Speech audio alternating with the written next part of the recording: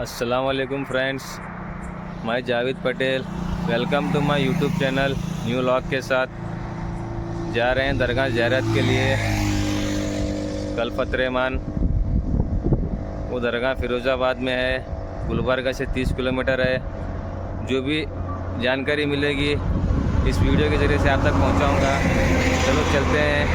अभी फिलौकत हम लोग इधर हैं, गुलबर्गा से 27 किलोमीटर आए हैं। इधर से 3 किलोमीटर फिरोज़ाबाद दरगाह इधर ही है, दिख रहे हैं हमारे हुकूमत। चलते उधर चल के आपको जो भी जानकारी मिलेगी आप तक पहुंचाऊंगा। हज़रत का मुकम्मल नाम है हज़रत सैयद अहमद अब्दुल रहमान अशरफ जहांगीर अल मारूफ खलीफतुर रहमान रहमतुल्लाहि ताला अलैह। हज़रत सिलसिला कादरिया के बुजुर्ग हैं और आप औलादे हुजूर गौसे आज़म हैं। आप सबा कादरिया के बुजुर्ग हैं। इस वीडियो में आप जो भी हज़रत की डिटेल्स और हिस्ट्री समाअत करेंगे, मैं तमाम बातें सबा कादरिया दक्कन इस किताब के हवाले से बयान करने की कोशिश करूँगा। सुल्तान फिरोज शाह बहमनी ने अपने अहद में यानी अपने दौरे खिलाफत में हज़रत खलीफतुर रहमान को फिरोज़ाबाद की जागीर तोहफतन पेश की थी।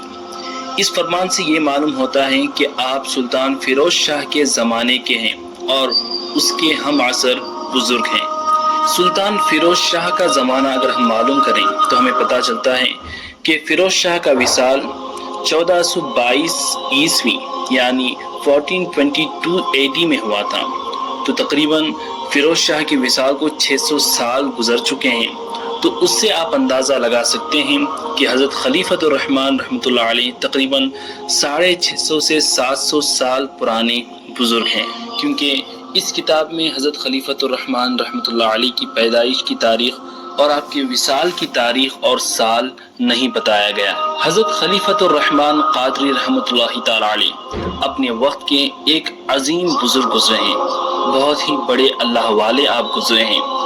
आपने अपने बचपन ही से अपने वालिद माजिद हाफिज सैयद यूनुस अशरफ जहान रहमतुल्लाहि ताला अलैह से दीनी तालीम हासिल की और बड़े होने के बाद आपको अपने वालिद ही से खरक़े खिलाफत हासिल हुआ। यानी हज़रत खलीफतुर रहमान रहमतुल्लाहि ताला अलैह के पीरो मुर्शिद खुद उनके वालिद हज़रत सैयद यूनुस अशरफ जहान रहमतुल्लाहि ताला अलैह थे। हज़रत खलीफतुर रहमान रहमतुल्लाहि ताला अलैह की कद्र और मंजिलत आपके दौर के लोग भी मानते थे। आपसे बेहद करामात भी जाहिर हुए हैं। जैसा कि आपको कोई अगर फैसला करना होता, कोई काम करना चाहते तो आप कब्रिस्तान चले जाते और कब्रों की जानिब इशारा करके उन लोगों से मशवरा करते।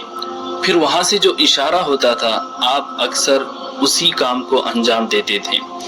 इससे ये भी अंदाज़ा लगा सकते हैं कि आप कोई आम कब्रों के पास नहीं बल्कि अल्लाह वालों की कब्र के पास ही जाकर के ये अमल किया करते होंगे।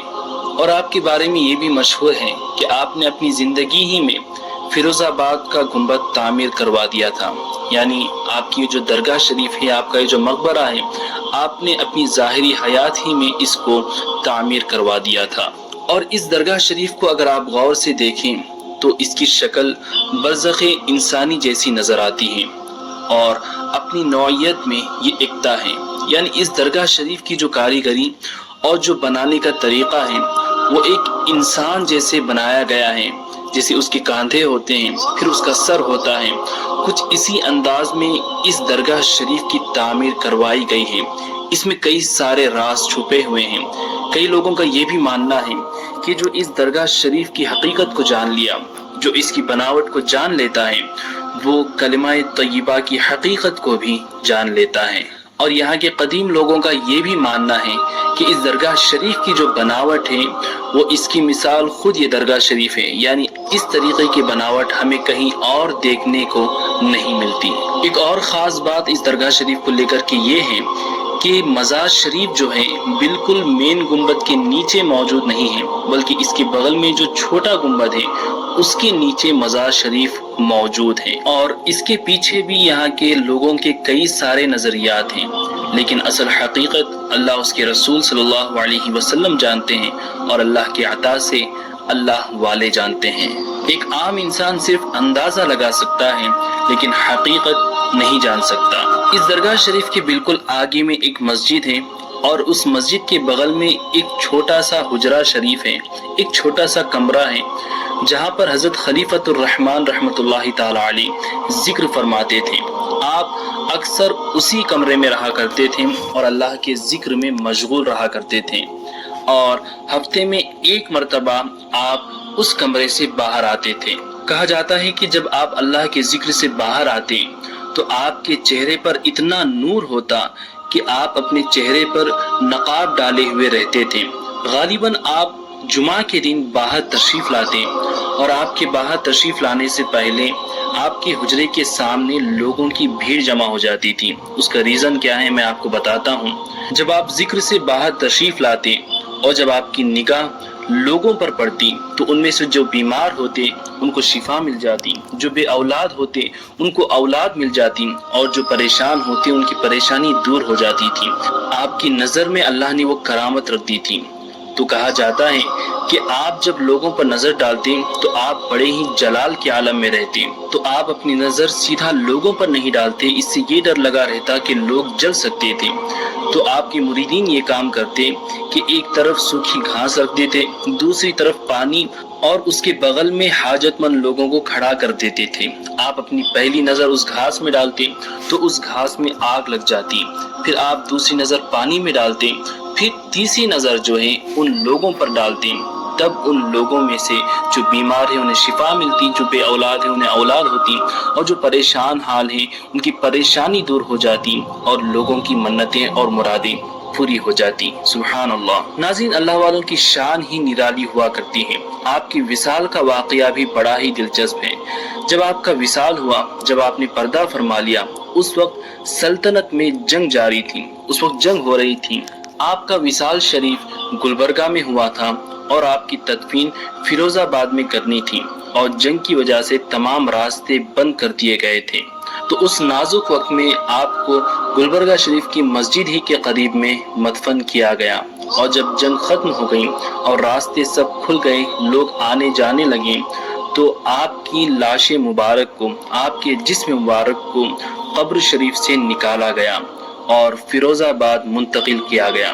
کہا جاتا ہے کہ جب آپ کے جسم مبارک کو باہر نکالا گیا تو آپ کے لب مبارک ہل رہے تھے، اللہ اکبر، اور آپ کی زبان مبارک سے لا الہ کا ذکر جاری تھا، اور خوشبو سے ساری فضا مہک رہی تھی۔ سبحان اللہ۔ ناظرین، اس درگاہ شریف کے بالکل آگے ہی میں ایک بہت بڑا کنواں ہے۔ کہا جاتا ہے کہ اس زمانے میں یہاں پر کھدائی ہوئی تھی لیکن یہاں سے پانی نہیں نکل پایا۔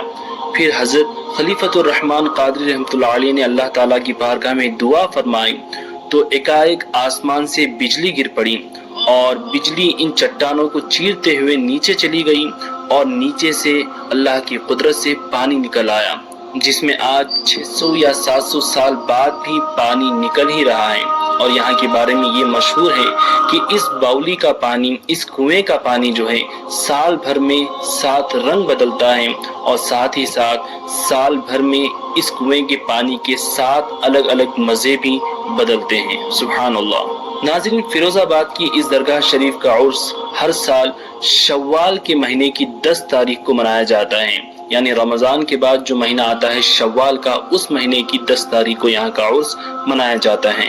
چلیے ابھی اس کمرے کی زیارت کرتے ہیں جہاں پر حضرت بیٹھ کر کے ذکر فرمایا کرتے تھے۔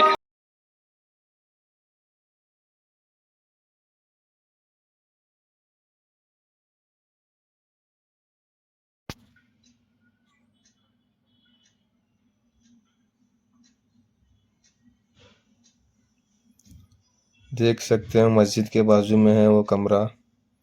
چلیے چلتے ہیں اندر ادھر۔ ماشاء اللہ، گفا کے اندر ہے بیٹھنے کی جگہ جو عبادت کرتے تھے بزرگ۔ بے شک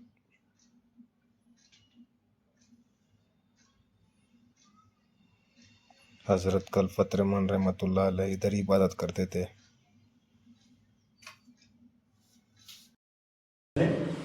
عبادت کرتے تھے۔ اس کے بھی اندر جانا ہے؟ نہیں نہیں، اس کے اندر نہیں جانا، اس میں ہی بیٹھ کے عبادت کرتے ہیں۔ یہاں سے دیکھو سرکار، دیکھو तो अभी ये क्लोज कردہ लिंक है, पहले ओपन था।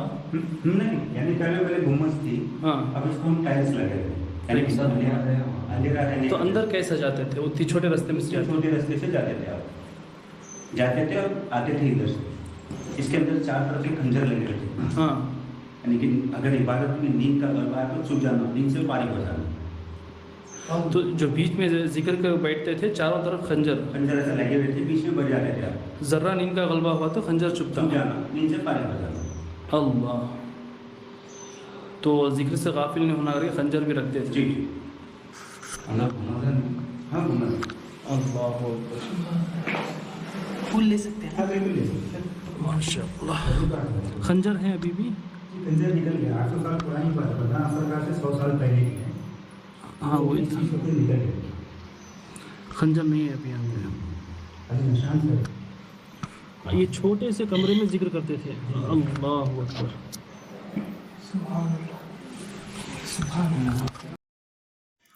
Please like, comment, share, subscribe करो दोस्तों। ऐसे वीडियो बनाने के लिए सपोर्ट करो। इंशाल्लाह दूसरे वीडियो के साथ मिलेंगे।